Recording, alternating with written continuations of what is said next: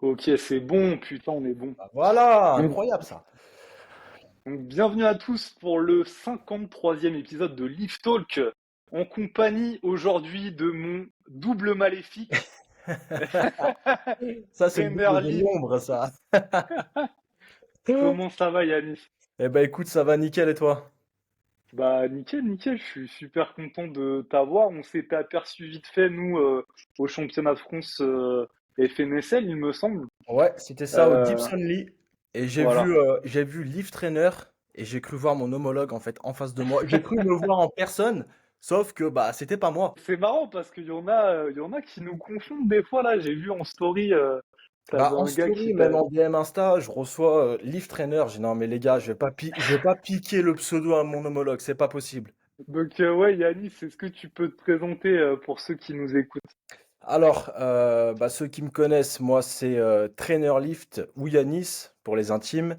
Donc moi, je suis coach et athlète en powerlifting et en streetlifting. Donc je fais de la compétition en streetlifting et en powerlifting. C'est d'ailleurs là où j'ai croisé bah, Marco, notre cher ami lift trainer. Et voilà, donc principalement aujourd'hui, mon activité professionnelle, bah, c'est le coaching principalement en ligne, même si je fais quelques coachings en présentiel. En job secondaire, on va dire la création de contenu, principalement sur TikTok. Et on commence à se mettre un petit peu sur Instagram, parce qu'Instagram, c'est un petit peu à la mode aussi. Il faut faire quand même un peu de contenu. Ok, très bien. T'as des objectifs là cette année justement en termes de compétition, que ça soit en power ou en street? Alors, pour moi, en fait, j'ai un objectif personnel sur l'année 2024. Ça serait de pouvoir faire une compétition en streetlifting, une compétition en powerlifting, et je vais pousser le truc plus loin. J'aimerais faire une compétition en men's physique. Ah ouais, parce que on vous l'a pas dit, mais Yanis est proche du 0% de body fat. Le mec, il est shredded là à fond. Bah, Donc en fait, j'ai un avantage de pouvoir rester sec à l'année. Après, les gars, je vais pas vous montrer ce que je mange parce que si je vous montre ce que je mange, on va dire que je suis chargé. Donc, honnêtement, j'ai pas envie. ça, c'est la génétique, ça. Ça, c'est la génétique, gros. Et donc toi aussi, Yanis, t'es vers Lyon, c'est ça? Compétition, je me déplace un petit peu de partout, on va dire, bah, notamment sur Paris, à la Courneuve, pour les compétitions de streetlifting. Et pour les compétitions de force athlétique, bah, pareil, généralement, je fais celles qui sont bah, sur la région. Après, s'il faut bouger à droite à gauche, on bouge un petit peu à droite à gauche, quoi. Ok. Et donc tu es aussi, quand tu coaches en présentiel, tu coaches dans quoi? C'est une salle classique. Alors c'est une salle qui est juste à côté de chez moi. J'ai des athlètes là-bas que je coach depuis maintenant quelques années, on va dire, et principalement bah, sur de l'AFA, sur du street. Et voilà. Bon après c'est une salle commerciale. J'ai une autre salle aussi de CrossFit et après il y a la meilleure salle de France. Mais ça, Marco, d'ailleurs c'est une invitation à venir voir la meilleure salle de France qui est située à Lyon, le Power Athletic Gym. Le PAG, Le la PAG, salle le de fameux le PAG. PAG. Ah, il prononce ça PAG. Ok, ça marche. PAG. Bah ça, c'est Moi une j'étais, invitation, hein. Là, je t'invite ok. en direct sur YouTube. Donc là, tu es obligé de venir à Lyon. C'est clairement une invitation à venir au PAG. En plus, c'est quoi, j'avais dit à Théo que je viendrais un de ces quatre, mais c'est vrai que Lyon, pour le coup, c'est à l'opposé de chez nous. Mais la salle elle est tellement incroyable et La salle est l'ambiance a l'air incroyable. tellement d'être folle que ouais, Honnêtement, faut que le je vienne. matos, c'est incroyable. L'ambiance est incroyable. Les gens sont incroyables. Honnêtement, c'est à mon sens la meilleure salle de France. Ah ouais, à ce moment-là. Ouais, vraiment. Vraiment.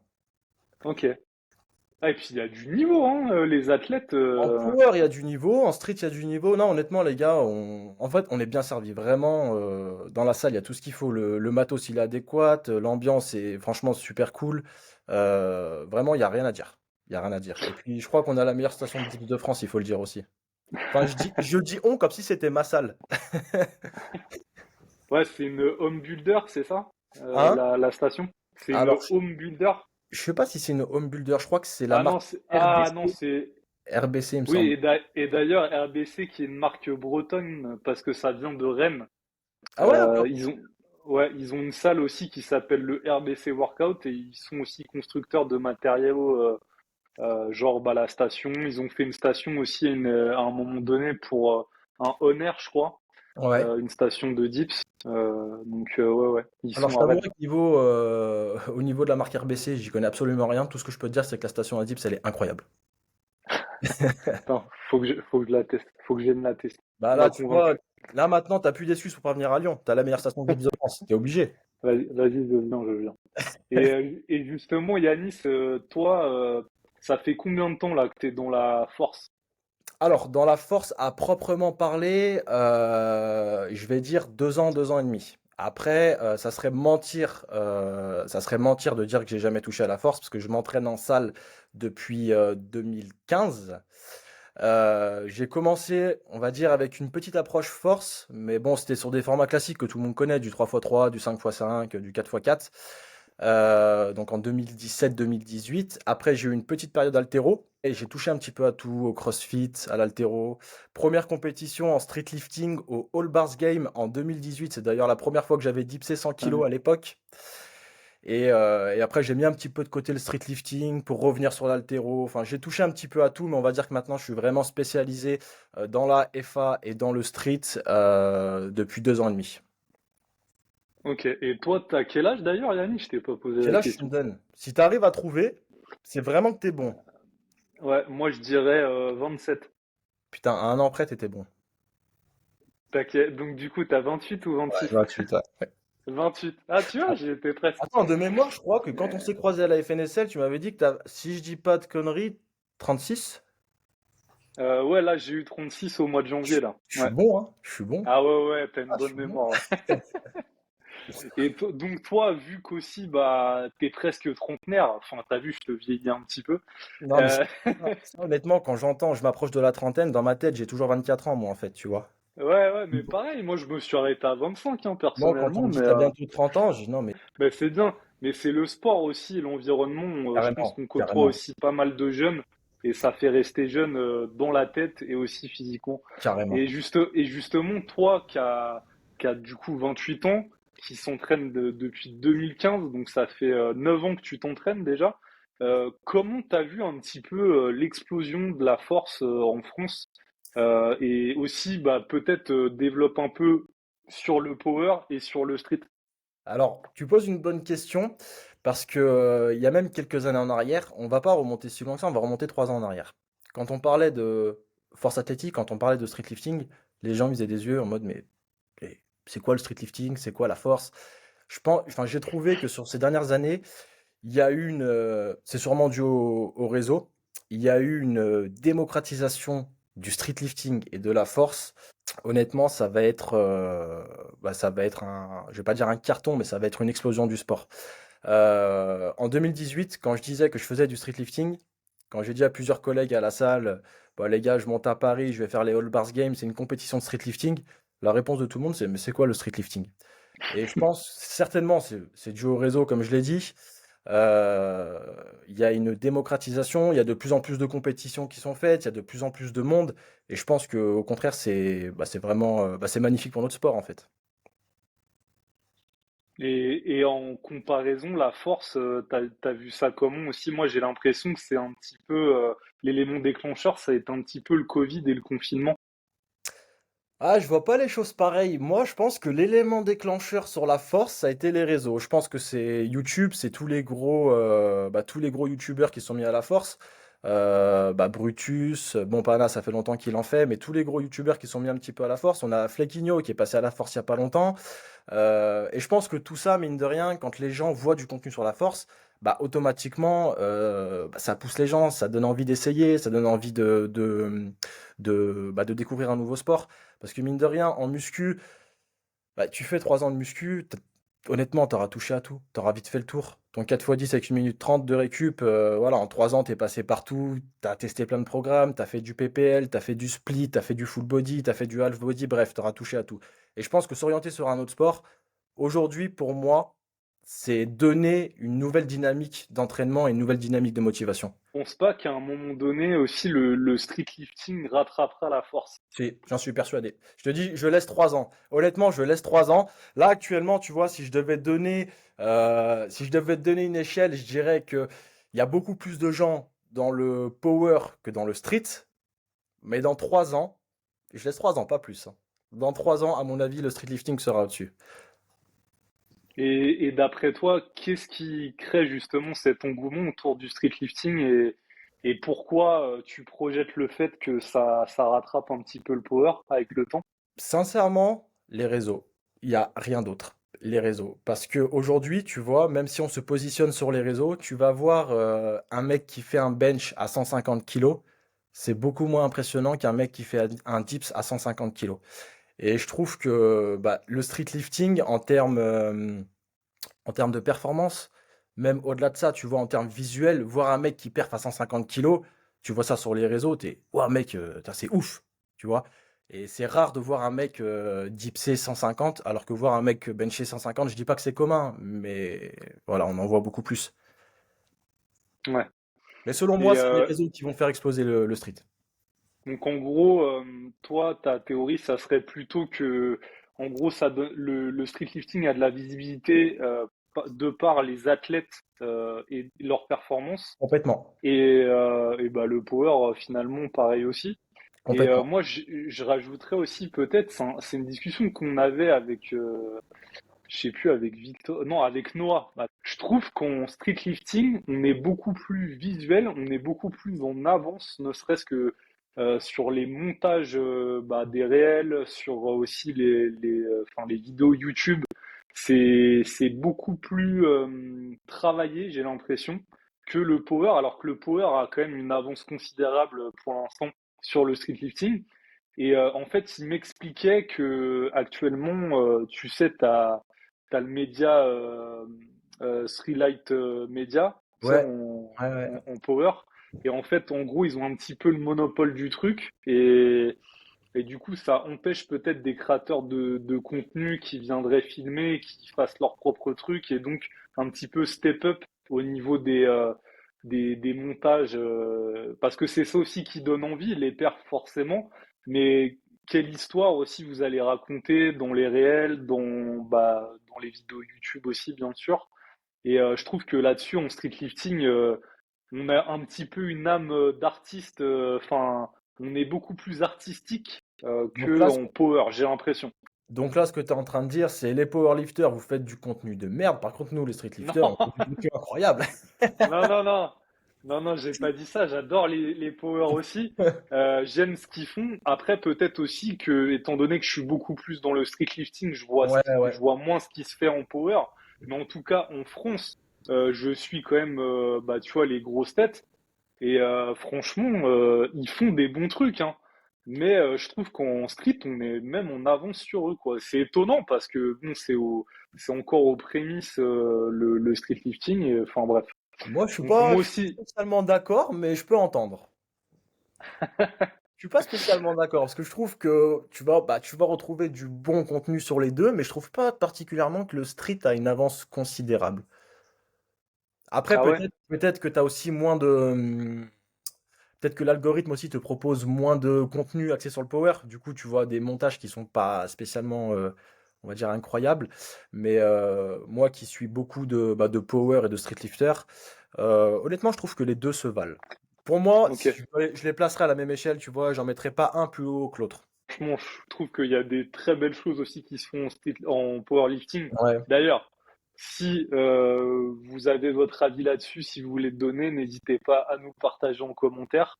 Ça serait marrant de voir un petit peu l'avis des gens là-dessus. Je suis quand même curieux de Euh, voir parce que pour moi, honnêtement, en termes de qualité de contenu, j'y mets à peu près à la même échelle, ouais, plus ok. ou moins. Aujourd'hui, qu'est-ce qu'il Là, en fait, tu veux me faire, Marco, là. il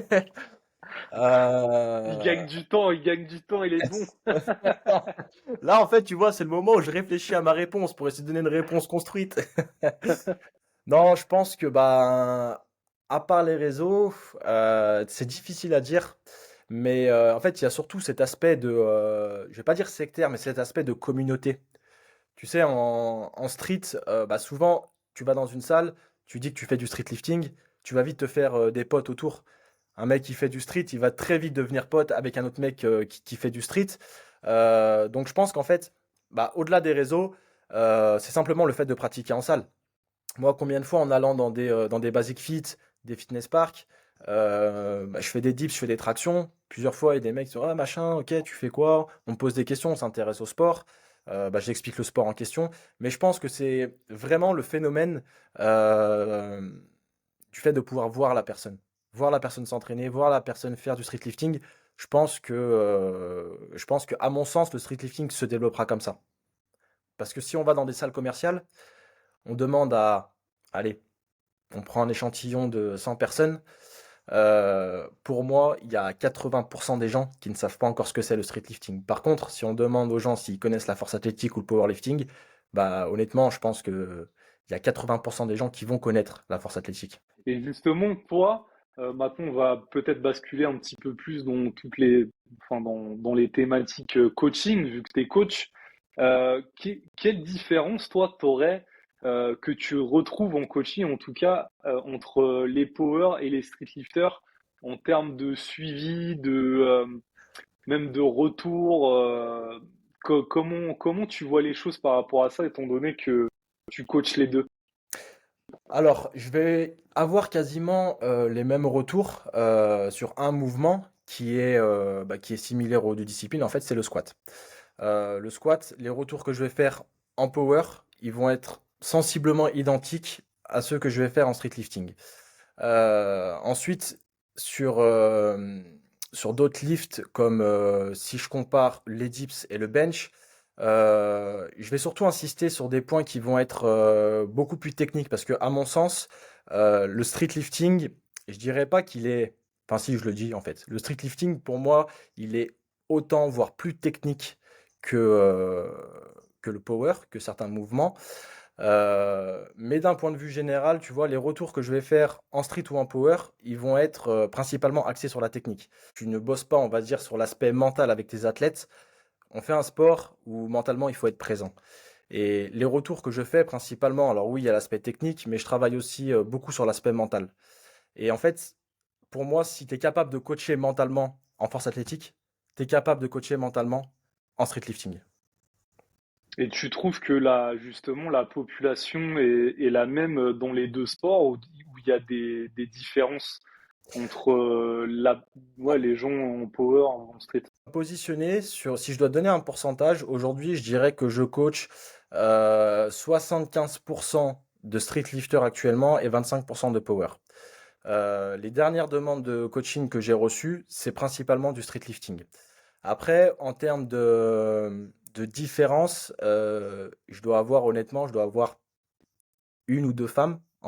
J'ai deux femmes en street lifting, alors qu'en power, j'ai déjà cinq femmes. Donc je dirais que la pratique, elle est, je vais pas dire, je vais pas me faire tacler par toutes les féministes, mais la pratique, elle est principalement masculine en street lifting, alors qu'en power, on retrouve beaucoup plus. Que de toute façon, cette tendance, elle va aussi évoluer, elle Oui, je va pense aller de aussi. pair avec le Mm, développement du sport. Je pense qu'il y complètement. en a beaucoup peut-être qui sont encore frileuses, mais c'est vrai que le fait qu'il y ait un muscle-up, et tu disais que comment le street était plus technique que le power, pour avoir coaché aussi les deux et coaché encore les deux, moi je te rejoins énormément. Moi j'affirme totalement que le street lifting est plus technique que le power. Je l'ai déjà expliqué d'ailleurs sur le podcast. C'est parce que c'est des mouvements où on est souvent en suspension, muscle up distraction, alors que sur un banc de bench, t'es allongé et puis t'es debout sur le terre, enfin, en position, enfin, à la fin du mouvement. Et au squat aussi, t'es debout, tu vois.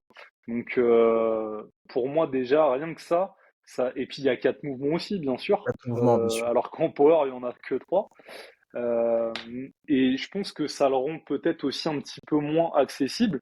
Et le street lifting, du coup, et je sais pas encore ce qu'on pourrait mettre en place pour le rendre plus accessible à ce niveau-là, sans pour autant forcément enlever le muscle up, parce que je pense que ça, c'est un truc qui freine énormément de gens. Ouais, mais Et complètement. et Complètement. c'est d'ailleurs pour ça, je sais pas si toi tu le vois, mais qu'il y a des gens qui par exemple commencent la force, qui sont autant intéressés par le power que le street, et en fait ils vont plutôt se diriger vers le power parce que c'est plus accessible, c'est plus Bien sûr. facile, il n'y a pas le muscle up, je le dis aussi souvent qu'il y a une composante aussi de la composition corporelle qui est hyper importante. Alors toi, tu manges des fast-food tous les jours, mais non. Non, mais ça, il faut pas le dire. Et ouais, ouais, donc ça aussi, ça peut vraiment, je pense, freiner beaucoup à venir dans le street lifting.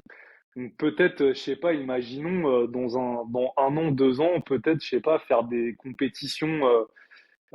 Parce que tu vois, je te posais la question, moi, qu'est-ce qui limite aujourd'hui le développement du sport? Et je pense que l'accessibilité aux compétitions limite encore. Alors, c'est encore en plein développement. Va y avoir pas mal de choses de faites. D'ailleurs, vous, c'est quand que vous faites votre ligue là, Il faudrait. du coup, c'est dans ouais, le sud-est. Ouais, c'est sud-est, mais ça serait région, enfin ça serait la Ligue Auvergne-Rhône-Alpes en fait. Mais écoute, ouais, il faudrait que quelqu'un se porte volontaire, mais bah comme tu le sais, il faut avoir le temps, parce que mine de rien, Mhm. bah créer une ligue, créer des compétitions, créer des manifestations, ça prend du temps, c'est du travail. Et en fait, organiser une compétition, c'est pas à toi que je vais l'apprendre, mais plutôt à ceux qui écoutent le podcast. Le temps que ça demande, c'est monstrueux et c'est des semaines et des semaines de préparation en avance. C'est un week-end sacrifié, c'est des bénévoles, c'est ci, c'est là. Et je pense qu'aujourd'hui, je dis pas que c'est infaisable, mais je pense que ça pourrait se faire dans un futur proche. Mais actuellement, je pense que ça reste encore compliqué. Ok. Ouais, parce que vous avez quand même une bonne équipe là, avec Théo, et puis je Ah, pense qu'il y on a pas aurait ce mal qu'il d'athlètes faut. de street. Honnêtement, on aurait ce qu'il faut. Ça serait un. J'y ai pensé. En plus, tu m'en parles. J'y ai pensé la semaine dernière pour te dire. Parce que j'ai vu une story de la FNSL et quelqu'un demandait quand est-ce qu'on a une ligue dans la région lyonnaise. Là, je me suis dit, ah, bah là, c'est peut-être un petit appel de phare pour nous, en fait, tu vois. Bah bien sûr. Mais ouais, je t'avoue que j'y ai pensé. Après, quand on se lance dans un projet, faut quand même prendre le temps de réfléchir parce que le temps que ça demande, l'énergie que ça demande, les moyens humains, financiers que ça demande, bah si t'es pas investi à 100%, tu peux pas assurer derrière, c'est pas possible.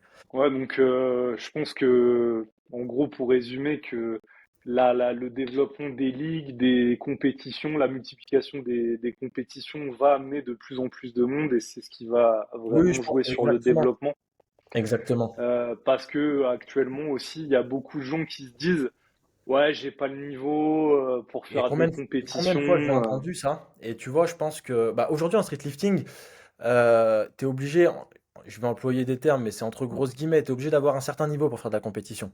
Tu vois, en power, t'as pas de niveau. Tu peux arriver avec un squat à 30 kilos, avec un bench à 20 kilos, un deadlift à 50 kilos. Hmm. Tu peux faire une compétition, ça pose pas de problème. Aujourd'hui, en street, si tu veux faire de la compétition, mis à part les premiers pas, et encore, il y a eu un changement bah, cette année, il fallait se classer parmi les 7 meilleurs. Si t'étais pas classé parmi les 7 meilleurs, bah, t'avais pas de possibilité de compétition. Après, il y a quelques années en arrière, je sais pas si tu te souviens, les compétitions qui étaient organisées, le street lifting, il y avait très peu de 1RM, c'était surtout de l'endurance. Moi, Ouais, de j'avais la fait une force endurance. Ouais. compétition, ouais, de la force endurance.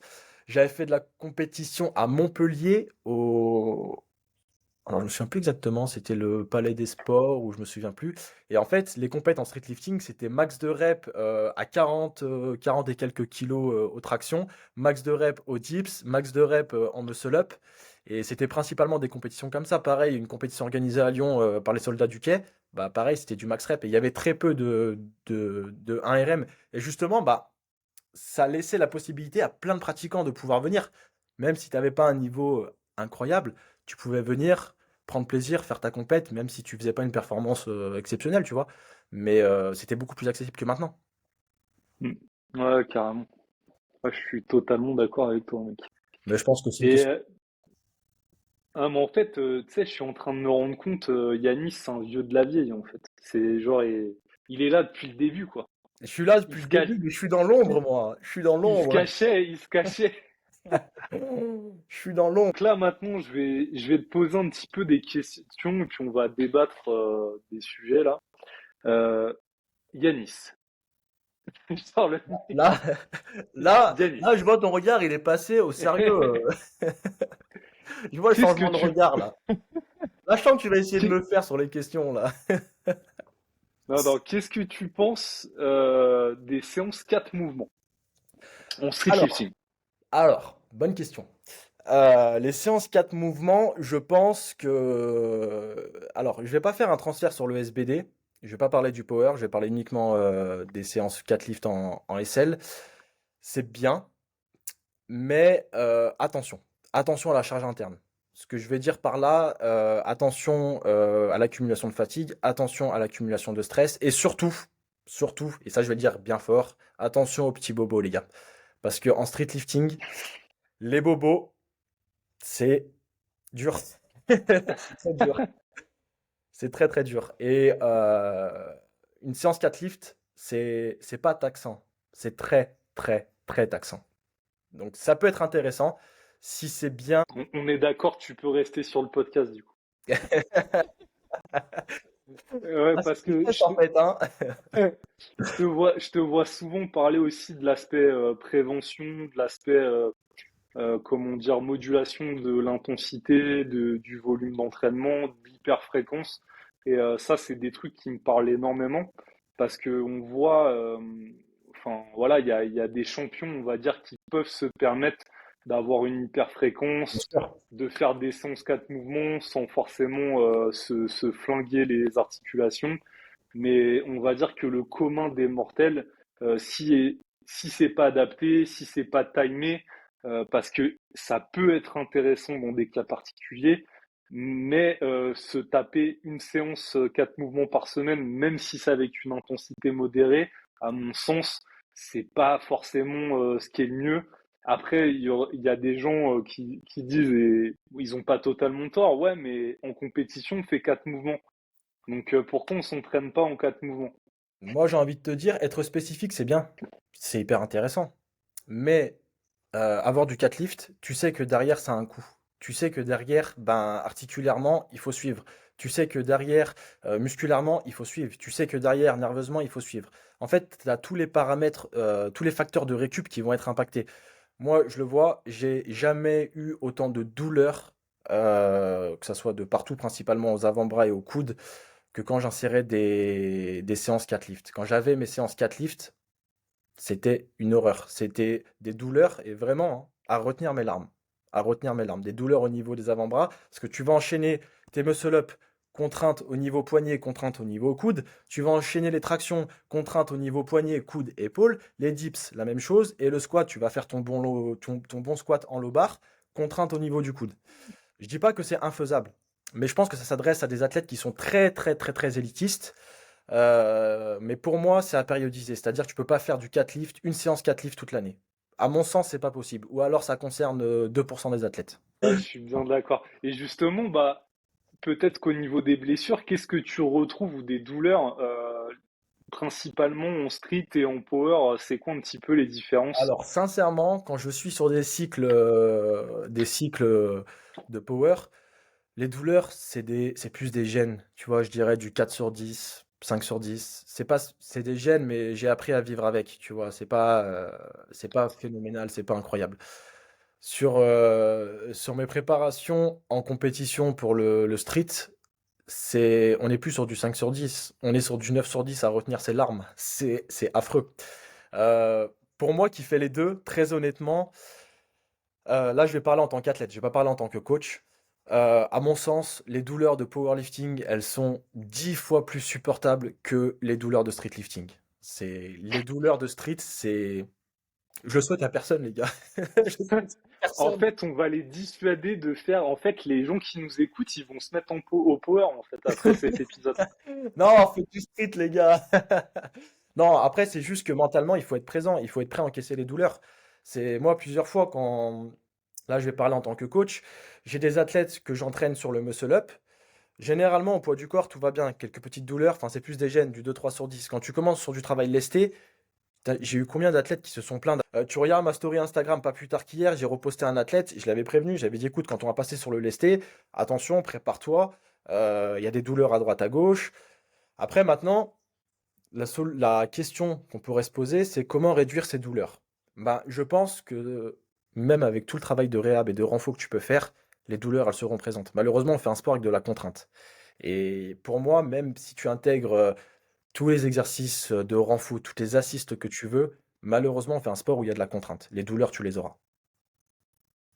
Ok, donc toi, pour toi, c'est inévitable, à un moment donné, en tout cas, À un d'avoir moment des donné, douleurs. bah, aujourd'hui, alors peut-être qu'il y en a qui vont, bah, dites-nous en commentaire, les gars, ça nous intéresse de savoir. J'ai pas parlé avec un athlète de streetlifting aujourd'hui qui est à zéro douleur. Par contre, j'ai déjà parlé avec des athlètes de force athlétique qui sont à zéro douleur. De toute façon, les articulations, poignets, coudes, épaules, elles mangent sévèrement Ah en bah streetlifting, hein. c'est affreux. C'est affreux. Autant il y a des athlètes qui vont très bien réagir, des petites douleurs par-ci par-là, autant il y a d'autres athlètes qui vont moins bien réagir. Moi, si je prends mon cas en tant qu'athlète, je sais que les douleurs de street, mais je retiens mes larmes, hein. Mais vraiment, c'est affreux. J'ai des douleurs où plusieurs fois je me suis dit, mais je vais finir à l'hôpital. C'est pas possible. C'est une douleur, un phénomène d'irradiation au niveau de l'avant-bras, c'est affreux. C'est affreux. Alors qu'en power, tu vas avoir ces petites douleurs, mais bon, pour moi, c'est incomparable. C'est incomparable. Ok. Et justement, bah, j'ai une deuxième question qui fait suite un petit peu à tout ça. C'est quand est-ce que toi tu intégrerais les déloads dans une programmation? Et est-ce que tu les intègres systématiquement? À proprement parler, euh, la deload, je vais pouvoir l'intégrer, enfin, je vais plus appeler ça un taper, que je vais pouvoir intégrer en approche de compétition. À ce moment-là, effectivement, ça va être intéressant. Euh, Moi, mon paramètre de programmation, on va dire, la première semaine de bloc que je planifie, généralement, elle est toujours entre guillemets légère. Je vais pas appeler ça une deload parce que c'est pas vraiment une deload. Une deload, tu vas la faire à 50-60% de ton ARM. Mais pour moi, elle est intéressante, mais elle n'est pas indispensable.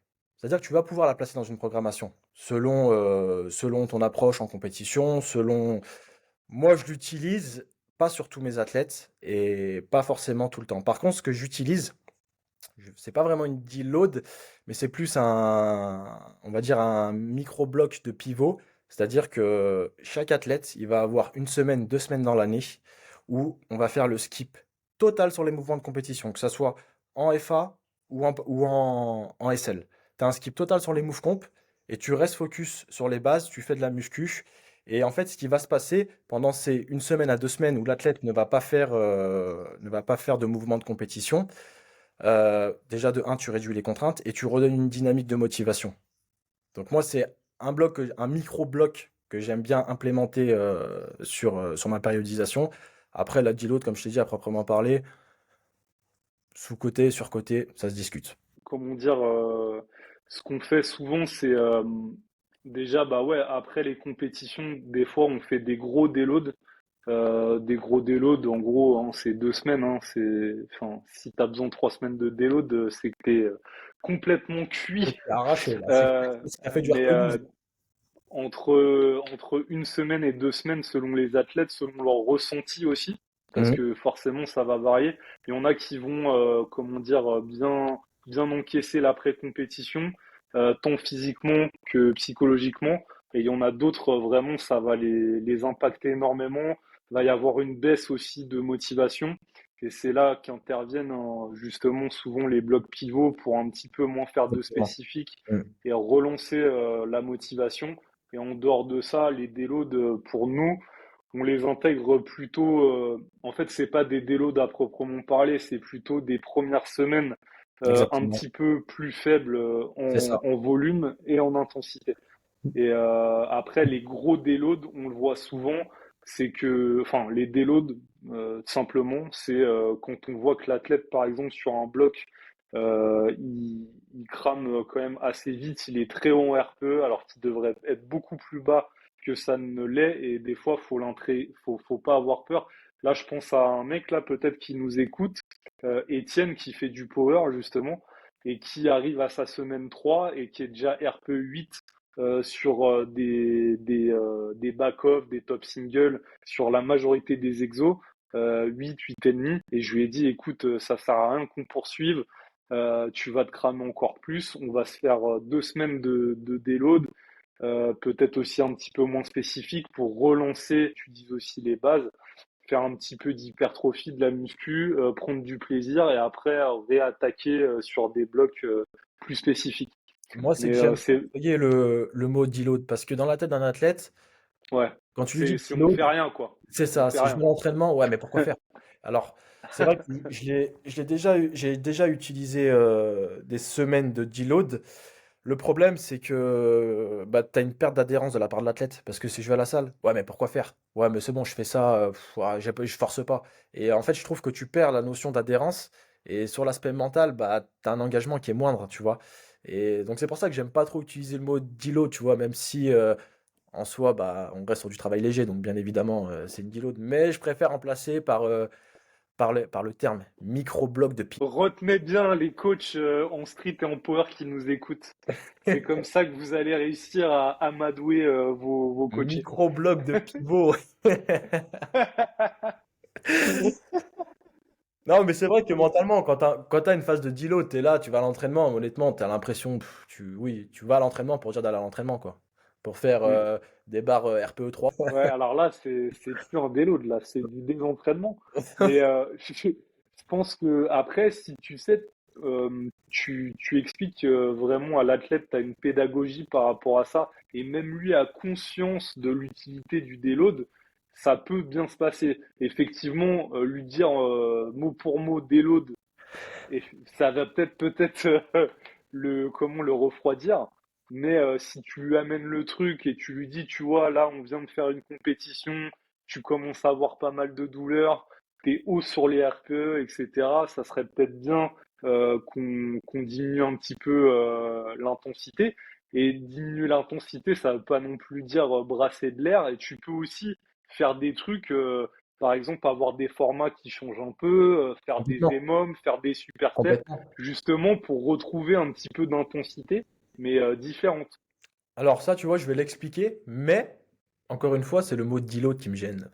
Parce que je Donc, vais utiliser ton explication, il n'y a pas de problème.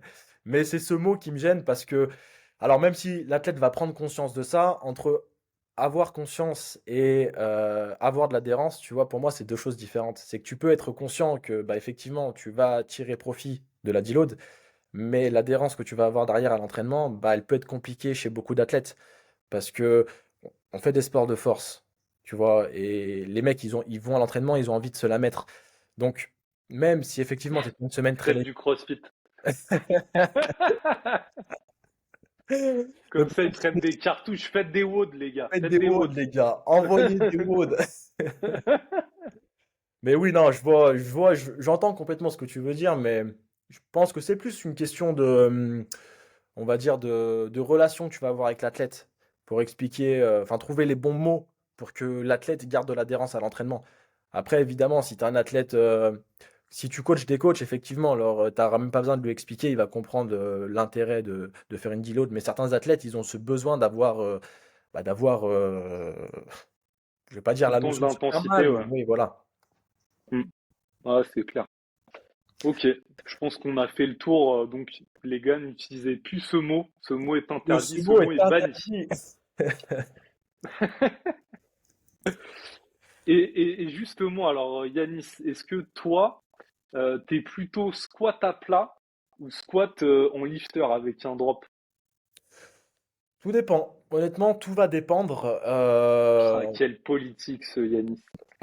Non, parce que, ah, attends, on fait un podcast, je vais pas me mouiller. Si je prends parti pour l'un, on va forcément venir me tacler. Si je prends parti pour l'autre, on va venir me tacler aussi. Donc, non, la réponse, pour être plus objectif, la réponse, j'ai envie de te dire, tout dépend. Tout dépend de ta mobilité de cheville, tout dépend de ta flexion de genou. Pour moi, il y a beaucoup de facteurs à prendre en compte, pardon. Là, récemment, tu vois, j'ai eu un athlète sans rentrer dans des schémas mécaniques. Ma question, c'est comment tu te sens? Est-ce que tu te sens plus à l'aise comme ça ou est-ce que tu te sens plus à l'aise comme ça? Et généralement, ce que je fais, c'est que je vais chercher à exploiter sur un bloc complet. Admettons, pendant ces 4 ou 5 semaines, je vais lui dire, écoute, là, tu vas tester ton squat avec un drop, tu vas tester ton squat sans drop. À la fin de ce bloc, tu testes et tu me dis ce qu'il en est de ton côté. On sent qu'il est fier là de s'arrêter. Et j'ai pas voulu me mouiller, tu vois. Je dis, bon, Aussi à 100%. Effectivement, le retour, le feedback des athlètes, de toute façon, c'est hyper important. complètement. Et des fois, en fait, faut pas faire de la brossion, c'est des pourcentages et des machins. Et souvent, en fait, ce que vous allez analyser sur le terrain, ça a une plus grande valeur que toutes les études Je scientifiques ou les suis choses comme ça. totalement d'accord. Donc, moi, je suis hyper d'accord aussi pour le test. Tu vois, ça me fait penser à un truc. J'ai beaucoup d'athlètes en ce moment, ils m'ont demandé, parce que de base, je suis toujours, en fait, j'intègre pas systématiquement des pull-ups, des chin-ups. J'intègre plutôt quand on démarre un coaching du pull-up, à moins que l'athlète fasse déjà des chin-ups, pour un aspect longévité et prévention. Par contre, si la personne, à un moment donné, elle me dit, j'aimerais bien tester les chin-ups, parce que, je sais pas, sur mon warm-up, j'ai fait un petit peu chin-up, je me sens un petit peu plus fort là-dessus, j'aimerais voir si je suis un petit peu plus compétitif. Moi, en tant que coach, je leur préviens toujours, je leur dis, voilà, il y a un risque qui est quand même un Mm. petit peu plus accru sur les chin-up. Voilà, tu prends tes responsabilités par rapport à ça, mais il n'y a aucun souci. On peut intégrer progressivement des chin-up, voir ton ressenti, comment tu te sens, etc. Et ça fait un petit peu le parallèle sur les lifters et aussi squatter à plat.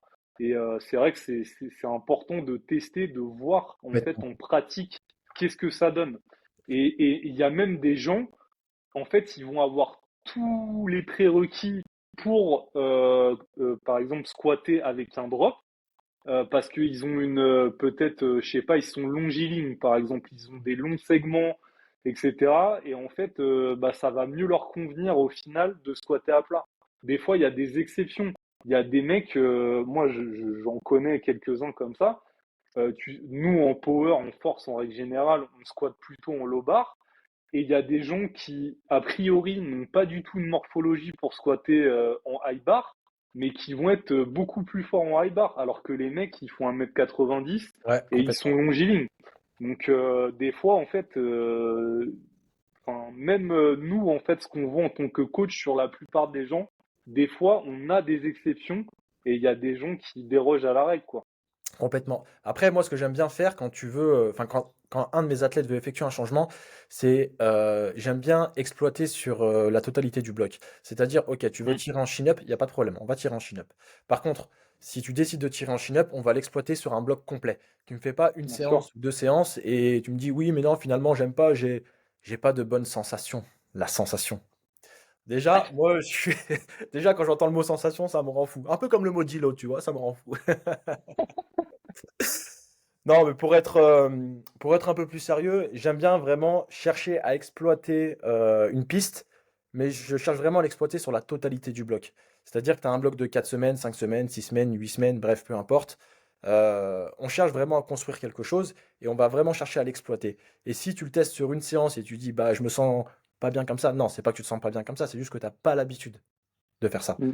Si tu prends l'habitude, bah, effectivement, tu vas avoir plusieurs adaptations qui vont se faire. Et à ce moment-là, bah, effectivement, il se peut que tu te sentes mieux. Le tester suffisamment longtemps pour Exactement. se faire une idée objective, quoi. Ouais. Mm. Ok. Et je reviens un petit peu sur toi et ton entreprise de coaching. C'est quoi un petit peu justement tes projets là pour 2024, pour les années à venir? Qu'est-ce que va devenir Trainer List? Vas-y, dis-nous Alors, tout. pour l'année 2024, déjà, alors je me limite en termes de place, en termes d'athlètes à coacher, pour la simple et bonne raison que je veux aussi garder du temps pour moi et pour m'entraîner. Parce que, bah, mine de rien, le coaching, ça prend du temps. Et bon, après, il y a des coachs qui gèrent 70, 80, 100 athlètes. Chacun est libre de faire comme il veut. Moi, à mon sens, gérer plus de 40 athlètes, pour ma part, c'est compliqué. Après, voilà, il y en a qui arrivent, ça pose pas de problème. Mais donc, je me restreins déjà sur un certain nombre d'athlètes. Après, le but sur quelques années, ça serait on va dire, d'agrandir l'équipe, d'être pas, parce qu'actuellement je bosse seul. L'idée, ça serait d'avoir un ou deux coachs avec qui je bosse bah, en collaboration sur les coachings à distance. Et puis à côté de ça, on va aussi essayer de développer la chaîne YouTube cette année, ça serait bien. Je m'étais mis comme objectif l'année dernière de développer ma chaîne. Ça a été un échec complet, j'ai fait 2 vidéos. Là, cette année, on va essayer de reprendre les choses sérieuses, de reprendre un peu de service. Et puis pour la suite, j'ai envie de te dire, on verra. Ok. Donc ouais, pour l'instant plutôt des trucs court moyen terme Exactement. et ok, tu Moi, si tu me verras demandes après de me par la suite. positionner, Si tu me demandes de me positionner, tu sais, la fameuse question, comment tu te vois dans 5 ans? Ouais, tu peux pas répondre, quoi. Là, je suis incapable de répondre. Je pourrais même pas te dire, je pourrais même pas te dire, si on me demande comment tu te vois dans un an, je suis incapable de te dire. Justement, comment tu vois, parce que ça, c'est un truc aussi, ça, c'est un sujet sensible un petit peu, mais tu vois, il y a 2 ans, il n'y avait pas de coach en street lifting. Pour te dire, j'étais le premier, en France en tout cas, à être spécialisé en street lifting. Aujourd'hui, toutes les semaines, je vois des nouveaux coachs en street lifting. Mais quand je te dis toutes les semaines, j'en vois des dizaines toutes Ouais, les non, mais semaines. je suis pas Euh, sur les réseaux, c'est hallucinant. Je vois des mecs qui. comment j'aimerais un petit peu avoir ton avis, donc hésite pas à te mouiller là-dessus. C'est Tu le mot. connais mon positionnement, Marco, ça y est, hein, je veux pas Non, bouger. non, non. C'est le moment un petit peu polémique du truc. Et justement, j'aimerais avoir ton avis là-dessus. Et voilà, qu'en penses-tu? Eh Est-ce ben, que je tu pense penses que que c'est une bonne chose, une mauvaise chose? si je dois répondre en toute franchise, avoir des coachs en street lifting, c'est bien. C'est une bonne chose parce que ça va développer notre sport. Avoir des coachs merdiques en street lifting, c'est encore autre chose. Parce qu'aujourd'hui, ce qu'on voit sur les réseaux, le problème. Alors, je cherche mes Il mots. fait attention. Ouais, ouais, il fait Je cherche mes attention. mots. Non, le problème étant, c'est qu'aujourd'hui, on voit de tout et n'importe quoi sur les réseaux. Et quand je vois certains coachs en street lifting, je ne prononcerai pas de nom. C'est une catastrophe. C'est une catastrophe. C'est certains mecs utilisent du tempo, ils savent pas pourquoi. Je vois des exercices qui. Je m'entraîne depuis 2015. Il y a des exercices que j'avais jamais vus de ma vie. Alors je dis pas que je connais tout, loin de là. Je suis toujours en quête d'apprentissage, j'apprends toujours énormément de choses, mais je vois des trucs. C'est même plus farfelu. C'est du cirque.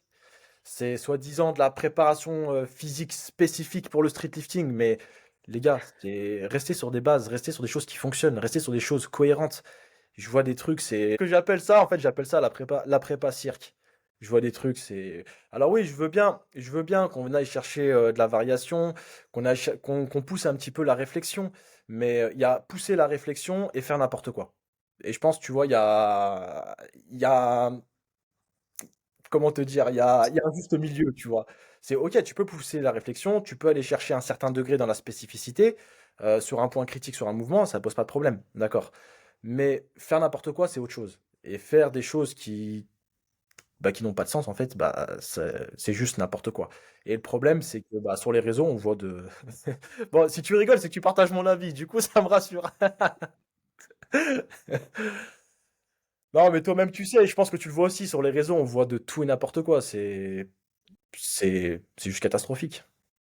Et qu'est-ce que tu penses des coachs, peut-être, enfin des coachs, des gens qui se proclament coach, alors que ça fait peut-être 1 an. Toi, on me rappelle, ça fait depuis 2015. Moi, ça fait depuis 2013 que je m'entraîne. Qu'est-ce que tu penses des gens qui ont 1 an de pratique et qui se proclament coach, qui n'ont rien montré, démontré en tout cas sur les réseaux, à part quelques perfs? Qu'est-ce que tu penses de ce, ce genre de personnage? Alors, le problème aujourd'hui, je pense pas que ça soit tellement un problème on va dire un problème humain, mais je pense plus que c'est un problème d'état. Je m'explique. Aujourd'hui, le BP, tu le passes en un an. C'est-à-dire que tu as fait 3 mois de muscu, tu décides de passer un BP GEPS, en un an, tu es coach. En un an, qu'est-ce que tu connais?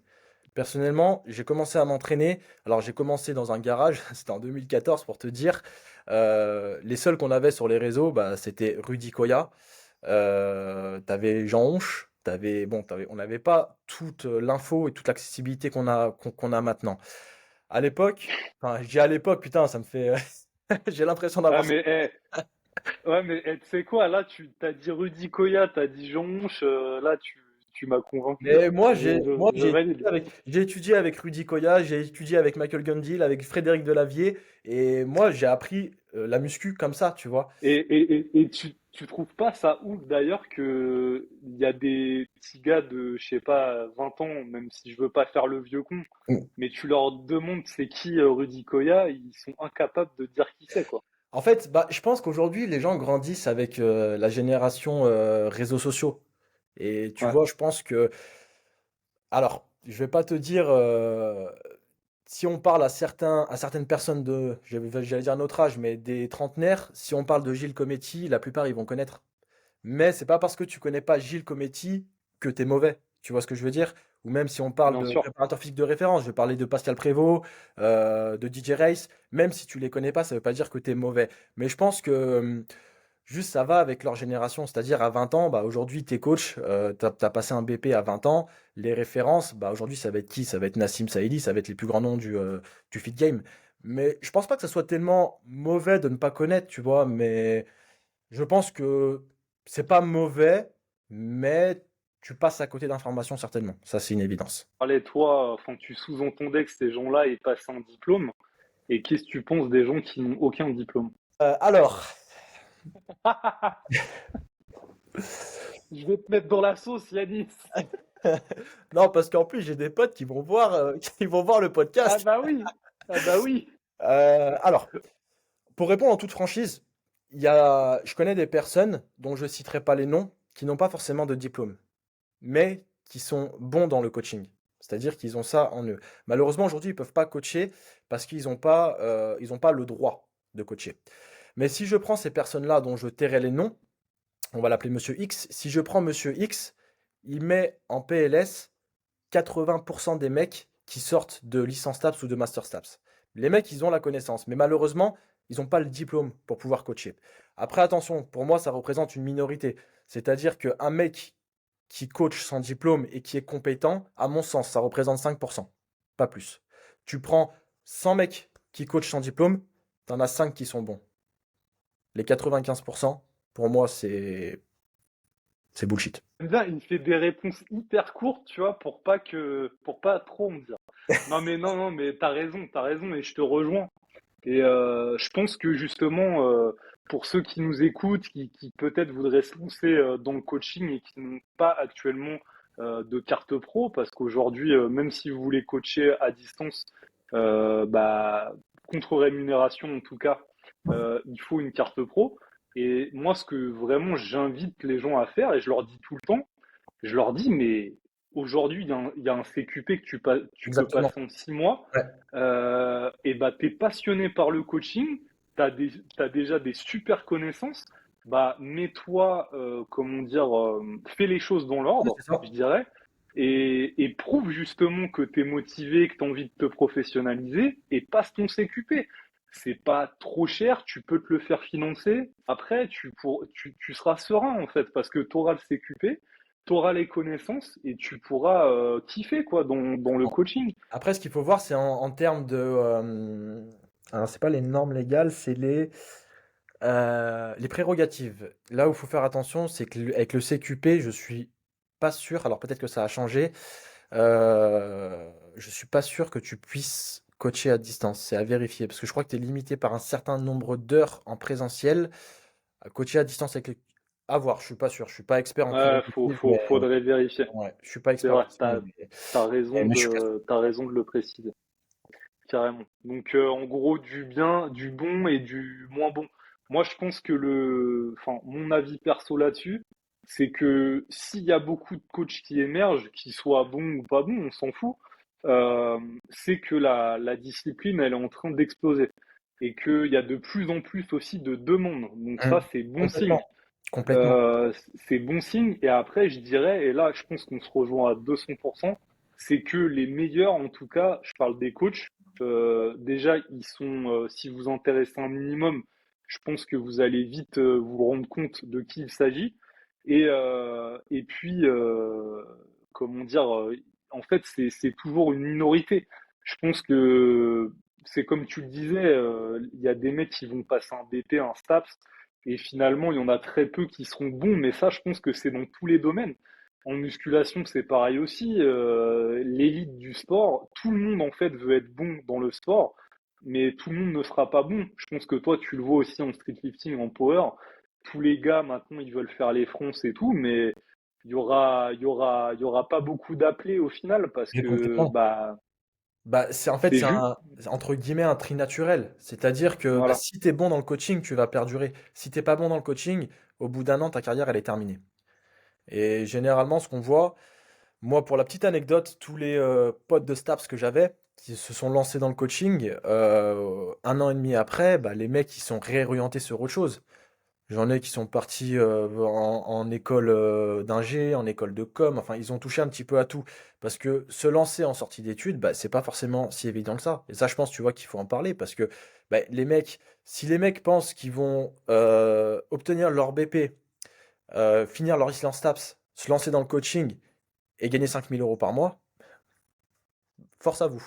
Parce que la réalité, c'est pas ça. Justement, bah tiens, mais tu fais très bien d'en parler.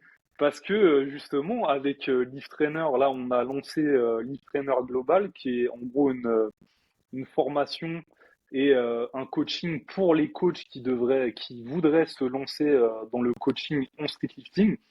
Et donc on propose ça, donc c'est une formation en gros de 3 mois qui vous offre après la possibilité, bah déjà vous allez avoir toutes les clés pour gagner votre vie, parce que c'est un petit peu ça le but de cette formation, parce que souvent les formations d'État vous apprennent de la théorie, mais tout ce qui est pratique, réseau, marketing, c'est totalement zéro. Je pense Mm. que là-dessus tu Ah mais valideras. complètement. Et en fait, je pense, limite, ils veulent même pas que vous gagniez d'argent. Oui, mais c'est ça. Parce que, parce que, à les écouter déjà, le coaching en ligne, enfin, c'est pas terrible. Non, c'est beaucoup plus dur que vous ne le pensez. Il n'y a pas tant d'argent à se faire dessus, etc. Bon, malheureusement, c'est pas la réalité. Enfin, ou heureusement. Mais donc voilà. Donc si vous êtes intéressé, nous, on vous propose de venir là sur Lift Trainer Global. Il y a un formulaire d'inscription et on vous contactera ensuite pour être sélectionné pour les différentes phases de formation. Bah, tu vois, moi, Euh, c'est un truc que je recommanderais à toutes les personnes qui veulent se lancer dans le coaching en streetlifting.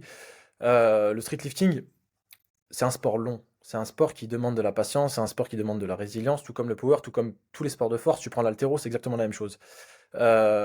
Si malheureusement aujourd'hui il n'y a pas de formation à ce sujet, bah là les coachs justement ils peuvent se spécialiser parce que le problème c'est qu'aujourd'hui en BP ou en STAPS, alors effectivement tu vas pouvoir avoir une petite formation en powerlifting ou en haltéro, mais aujourd'hui en streetlifting il n'y a rien qui se fait.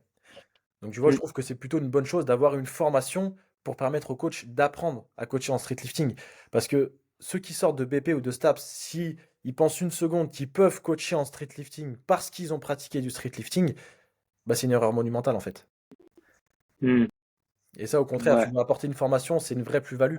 Parce que derrière, tu sais que bah, tu peux coacher en streetlifting parce qu'on t'a apporté les billes et les outils nécessaires. Comment, bah toi, quel conseil tu donnerais aujourd'hui à un coach qui veut se lancer en streetlifting? Alors, moi, avant même de parler streetlifting à un coach qui veut se lancer, j'ai un conseil à donner. C'est le conseil qu'on m'a donné quand j'ai passé mon BP en 2016-2017. C'était le conseil de Olivier Bollier. Vous pouvez être le meilleur coach du monde. Si personne ne vous connaît, vous êtes rien. Donc en fait, à mon sens, déjà, il faut développer ces réseaux. Parce qu'aujourd'hui, les réseaux, c'est un outil gratuit. Voyez ça comme un investissement de temps. Développer les réseaux, effectivement, ça demande du temps.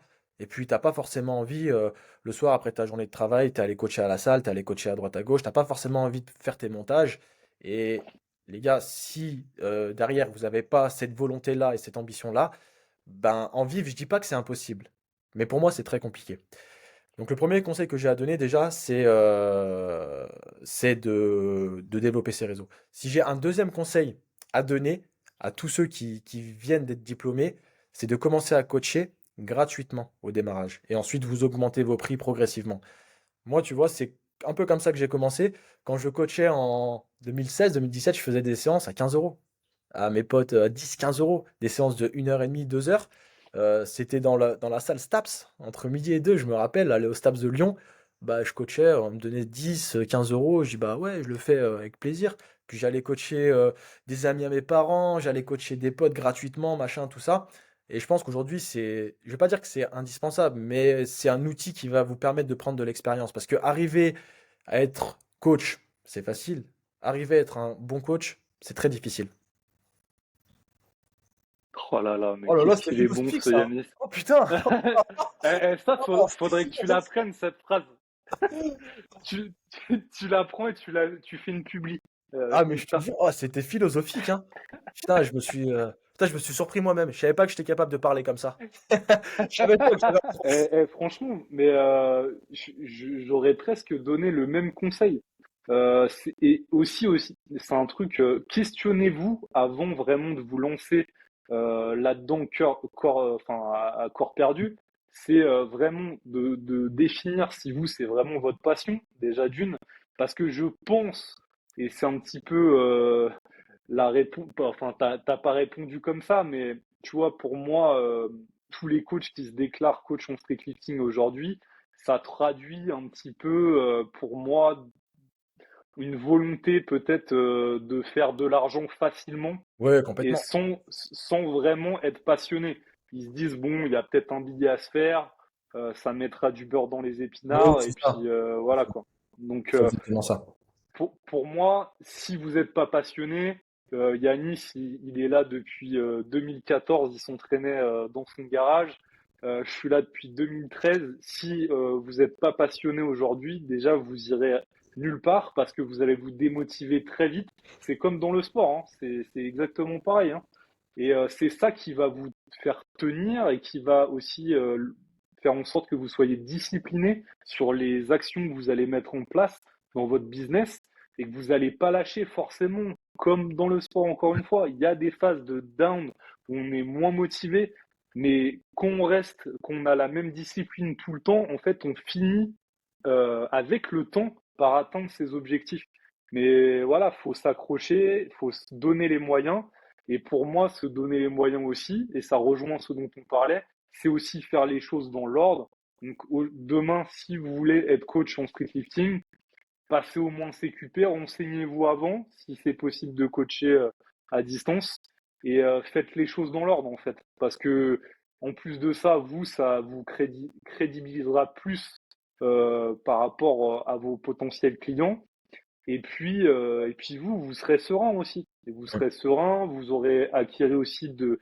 Moi, c'est ce que je dis aussi, c'est que les gens qui ont, par exemple, pas de diplôme, souvent, il y a un manque de pédagogie parce que ils n'ont pas appris ça. En fait, ils sont bons en programmation, mais ils sont pas bons en pédagogie. Et la pédagogie, c'est quoi? C'est savoir transmettre les choses, les informations, s'adapter aussi à son public.